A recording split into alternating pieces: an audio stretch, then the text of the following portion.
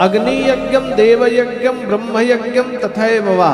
3 यज्ञ के लिए कहा, लेकिन कहा ये तीनों यज्ञ के साथ साथ गुरु पूजम ब्रह्म तृप्ता क्रमेश ब्रूहो न प्रभो।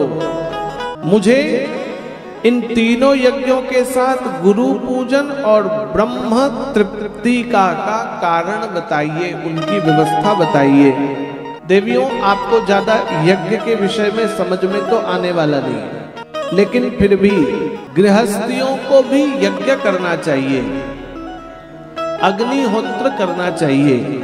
और शिव पुराण ने कहा है, अग्नौ जुहोत यद द्रव्यम अग्नि यज्ञम स उच्यते।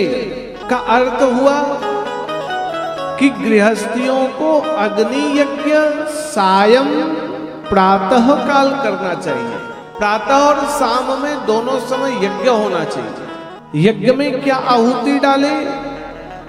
तो यज्ञ में आहुति कहा है जुहोत यद द्रव्यम, मतलब जो भोज्य पदार्थ हो, जैसे चावल, द्रव्य आदि। जुहोतिया अग्नि यज्ञम स उच्यते। ध्यान दीजिए मेरी बात को, इसको कहकर इस अध्याय को आगे बढ़ा देंगे। अग्नि में चावल की आहुति देने को श्रेष्ठ बताया। इसलिए बंधुओं, हमें अपने घर में यज्ञ करना चाहिए। और आप लोगों को न मंत्र आता है, न तंत्र आता है, न कोई व्यवस्था आती है, न कुछ आता है, फिर यज्ञ कैसे करें? तो चूल्हे की लकड़ी पर, कंडे पर, ओपले पर, गोईठा पर जब घर में भोजन बन जाए तो भात, जिसे चावल कहते हैं, थोड़ा सा घी, गुड़ या चीनी मिला करके पंच आहुति डालना चाहिए। समझ में आ रहा है माताएं? अभी चूल्हा घर में है या खत्म? कुछ के घर में अभी इधर तो राजस्थान आदि में न रहेगा तो फिर कहां मिलेगा? बाजरे की रोटी किसमें बनाते हो? गैस में? सब बाजरे मक्के की रोटी तो भाई चूल्हे में ही जमती है। अभी तक हमको हेलेना वालों ने बाजरे की रोटी नहीं खिलाई। हमारे बाबू ने तो मथुरई में कह दिया था, महाराज बाजरे की रोटी खाओगे? हमने कहा आओ, 9 दिन यही खिलाना। और 3रा दिन हो गया, अभी कहां तुम्हारा? ये मथुरा का ही है। जब रास्ते से आए बोलते आया, ये हमारे बुआ का गांव है, ये हमारे चाचा का गांव है। हमने कहा हो ठीक, ब्रजवासी है हमारे बाबू। इसने कहा महाराज बाजरे की रोटी। हमने कहा बहुत बढ़िया, बाजरे की खाएंगे।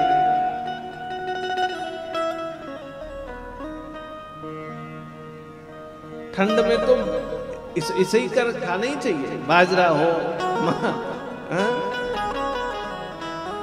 चने की साग हो, और क्या क्या होता है, गुड़ हो, घी हो। गुड़ तो देवियां मैं 12 महीने खाता हूं। मेरे भोजन में गुड़ 12 महीने अनिवार्य है। 12 महीना। यद्यपि भोजन एक समय तो लेता ही हूं, दूसरे समय की इच्छा पर है। इच्छा हुई तो लिया, नहीं इच्छा हुई तो नहीं तो एक टाइम। अभी कथा से पहले भोजन कराया, अगले दिन तक की छुट्टी। आप जैसे दिन भर नहीं भरते रहता हूं। अभी खाओ, फिर खाओ, बाद में खाओ, तब खाओ, ये खाओ, वो खाओ। देखो हमारी बात एकदम दिमाग में सेट कर लो। जैसे पहले कार्ड से राशन मिलता था, हरा कार्ड, लाल कार्ड, पीला कार्ड, तो उसमें फिक्स कोटा होता था कि भाई 25 किलो 30 किलो चावल मिलेगा, भाई 20 किलो ये मिलेगा। और क्विंटल में चावल खत्म, पैसा लेके जाओ, चावल मिलेगा फिर कितना काट रखो नहीं मिलने वाला। इसी तरह भगवान के विधान में भी भगवान ने लिख दिया है कि भाई ओम प्रकाश गुप्ता जी, आप पूरे जीवन में 1 कुंटल चीनी खपत करेंगे और 1 कुंटल चीनी 10 दिन में खा लो, 10 साल में खा लो, 20 साल में खा लो, चाहे 100 साल में खा लो, भगवान के कोटे में खत्म। तो भगवान ने धीरे से शुगर भेज दिया। अब होगा क्या? घर में चीनी रखी है, रसगुल्ला है, पैसा है, लेकिन उधर शुगर भी है। डॉक्टर ने कह दिया ब्लड प्रेशर हो गया है, लीवर डैमेज हो गया है, क्या घी नहीं खाना है? पैसा होते हुए भी, घी सामने रखा हुआ भी व्यक्ति घी नहीं खा सकता। क्यों? क्योंकि भगवान के कोटे में आपका कोटा पूरा हो गया है। इसलिए बंधुओं, एक महात्मा कहते हैं मरना है तो खा के मरो, बिना खाए क्यों? हम तो इसलिए कम खाते हैं क्योंकि नींद ज्यादा नहीं आएगी। नींद ज्यादा आएगी तो सोएंगे, फिर कथा कौन करेगा?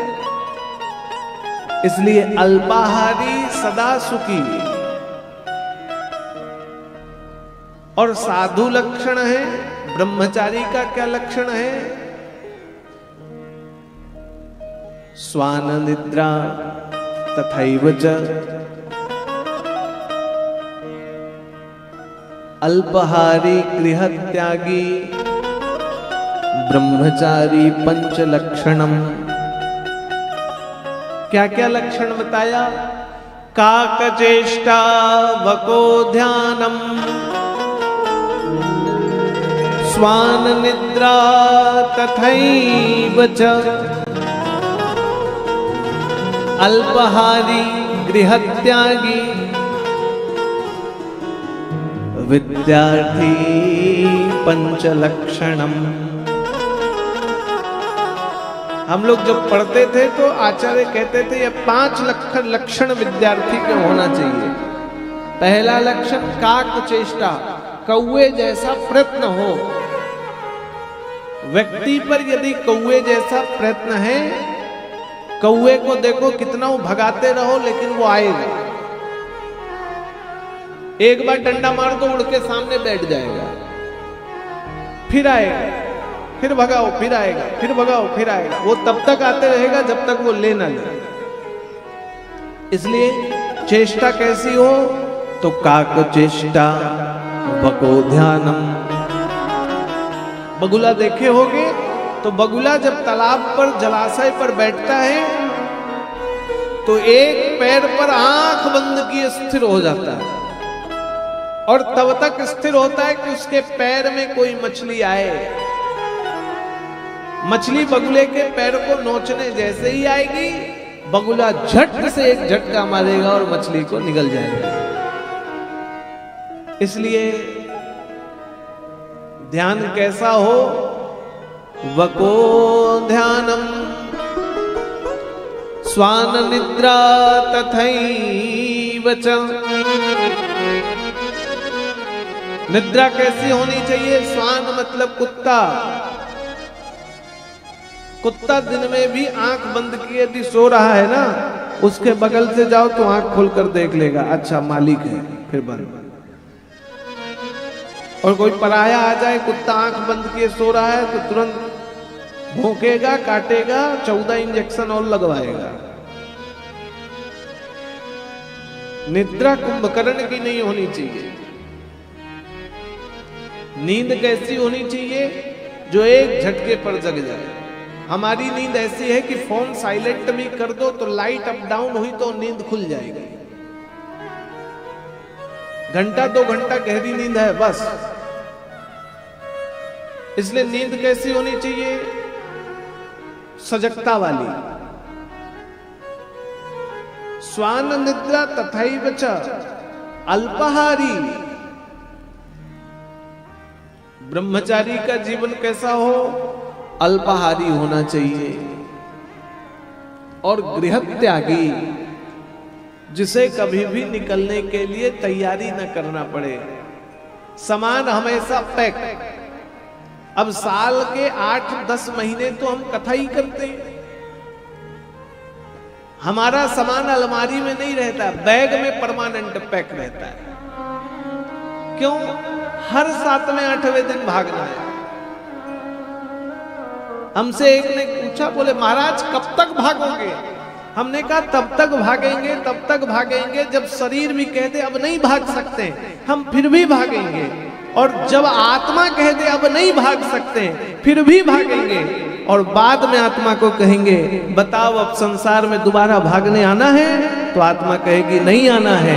तो हम कहेंगे अब भगवान की शरणागति में चलो। इतना भगाओ, इतना भगाओ, इतना भगाओ, इतना भगाओ कि देह क्या आत्मा भी संसार में न देखने की इच्छा करे। इतना भागो। इसलिए मैं बैठता नहीं हूं, कथा नहीं भी है तो भी भाग रहा हूं, किसी तीर्थ भाग रहा हूं, कभी कहीं जा रहा हूं, कभी कहीं जा रहा हूं। 1 दिन 2 दिन यदि कथा नहीं है तो 2 दिन 1 दिन से ज्यादा कहीं रुकता ही नहीं। भागो भागो भागो भागो, तीर्थ का दर्शन करो, भगवान का दर्शन करो। देवियां, अग्निहोत्र होना चाहिए नियमित घर पर। हमारी दादी थी, मुझे स्मरण है कि हमारी पूज्य दादी थी, तो दादी माँ चूल्हे पर भोजन बनता था तो चावल, घी, गुड़ आदि का भोग, आहुति, पंच आहुति डालती थी। और तब मैंने ये मंत्र बचपन में सुना था, दादी डलवाती थी और बोलती थी प्राणाय स्वाहा, अपानाय स्वाहा, व्यानाय स्वाहा, उदानाय स्वाहा, समानाय स्वाहा। तब जब हम 5 साल के थे तब ये मंत्र याद हो गया और हमको समझ में नहीं आता था ये क्या प्राण, अपान, व्यान, उदान, समान बोलती हैं। प्राणाय, अपानाय, व्यानाय, उदानाय, समानाय, तब तो पता नहीं था। जब महात्मा बने तो समझ में आया इन मंत्रों का मतलब क्या है। पंच प्राण हमारे देह पर हैं। खाली ये श्वास जो आप ले रहे हो ना, ये श्वास नहीं, पंच प्राण देह पर विद्यमान है। प्राण, प्राणवायु, अपान वायु, व्यान वायु, उदान वायु, समान। ये पंच वायु जब शरीर से पूर्णतः समाप्त हो जाएगा तो व्यक्ति जी जाता है, फिर मर जाता है। यदि ये श्वास भी बंद हो जाए और पंच प्राण कहीं देह में स्थिर है तो व्यक्ति वापस जी सकता है। इसलिए कई बार डॉक्टर बोलते मर गया, लेकिन पता चला मुर्दा घाट लेकर आए, राम नाम सत्य बोला और चिता में आग लगाई, बोला आदमी उठ के बैठ गया। कई 2-4 घटनाएं ऐसी हुई। क्यों? कोई प्राणवायु रह गई, चेतना आ गई। इसलिए देवियों, पंच आहुति डालें और पंच आहुति अग्निहोत्र पर डालने वाले व्यक्ति के घर में ये पंच प्राण घर पे रक्षित होते हैं, सुरक्षित होते हैं। इसलिए चावल में, भात में घी और गुड़ डाल करके आहुति अग्नि पर डालें। चूल्हा नहीं है तो छोटा कोई लकड़ी, कोई मिट्टी का पात्र ले लें जिसमें बनाएं, भोग लगाएं। क्योंकि अग्नि देवों का मुख है। अग्नि क्या बताया? 3 दिन बाद कथा आएगी तब बताऊंगा। अग्नि देवों का मुख है, क्यों बनी वो बताऊंगा आगे। लेकिन हमारे 4 वेद हुए, 4 वेदों में सबसे पहला वेद ऋग्वेद हुआ और ऋग्वेद का प्रथम मंत्र का प्रथम शब्द अग्नि है। ऋग्वेद ने कहा अग्निमीणे पुरोहितम यज्ञस्देव अमृतम होतारम रत्नधातमम्। अग्नि श्रेष्ठ है, इसलिए संसार में जो भी विद्यमान है वो अग्नि है। न दिखाई दे वो भी अग्नि। लकड़ी जलती है, उसमें भी अंदर छुपी हुई अग्नि है। हमारे देह में व्याप्त है वह अग्नि है। इसलिए सर्वत्र जो व्याप्त है देवियां, ध्यान दीजिए, वह अग्नि है। आज मुझे बहुत प्रसन्नता हुई, मैंने धीरे से खिड़की से झांका पांडाल की तरफ, तो कई माताएं आज पांडाल में कपड़े से झाड़ू लगा रही थी। आप जिन्होंने यह सेवा की वह साधुवाद के पात्र हैं। भगवान शंकर देख रहे हैं, वही आपको कृपा देंगे। आपने बात सुनी, कईयों को मैंने धीरे से झांक कर देखा कमरे से, तो कई परिक्रमा लगा रहे थे। ये सभी सौभाग्यवती होंगी। इसलिए जो कथा में सुने वो अपने संस्कार में लाएं। तो देवियां, कल से एक नियम और धारण करो कि घी, गुड़ और चावल घर में शुद्ध बनाओ, पवित्रता के साथ बनाओ, और स्वयं भोजन करने से पहले पंच आहुति देवों को समर्पित करो। और याद रखना, जब ये पंच आहुति देवों को डालोगे तो घर का भोजन प्रसाद बन जाएगा, और प्रसाद आपके मन के विषाद का अंत कर देगा। फिर रोग नहीं रहेगा, फिर व्याधि नहीं होगी, फिर समस्याएं और पीड़ाएं नहीं होंगी। संसार में यदि कष्ट का निवारण कोई कर सकता है तो भगवान का प्रसाद कर सकता है, भोजन नहीं। भोजन रक्त बढ़ा सकता है, भोजन आपके देह के मांस, मेद, मज्जा को बढ़ा सकता है, लेकिन भगवान का प्रसाद जीवन के विषाद का अंत करता है। इसलिए मंदिर जाते हैं तो क्या मांगते हैं? प्रसाद देते हैं। मंदिर में भोजन नहीं मांगा हमने, मंदिर में प्रसाद मांगा। इसलिए घर का कण कण प्रसाद बन जाए, घर का कोना कोना मंदिर बन जाए। तब जब अग्निहोत्र होगा तो नियम बना लें, कल से जब भोजन बने तो आहुति पड़े। हमारे यहाँ तो प्रथा थी, घर में चूल्हे पर रोटी बनती थी तो पहली रोटी हम गौ माता के लिए, पहली रोटी गाय के अधिकार के लिए निकालते थे। और एकदम अंतिम रोटी, जब घर में सबका भोजन हो जाता था तो हम अंतिम रोटी उन कुत्ते के लिए, कौवे के नाम पर निकाल देते थे, भाई तुम्हारा है। अंत काल के लिए, आरंभ जगत माता गौ माता के लिए, और अंतिम काल के लिए। एक बात ध्यान रखना, जिनके घर में प्रथम रोटी गौ माता की और अंतिम काल भैरव के लिए निकलती है, उनके घर में भी अकाल मृत्यु नहीं होती है।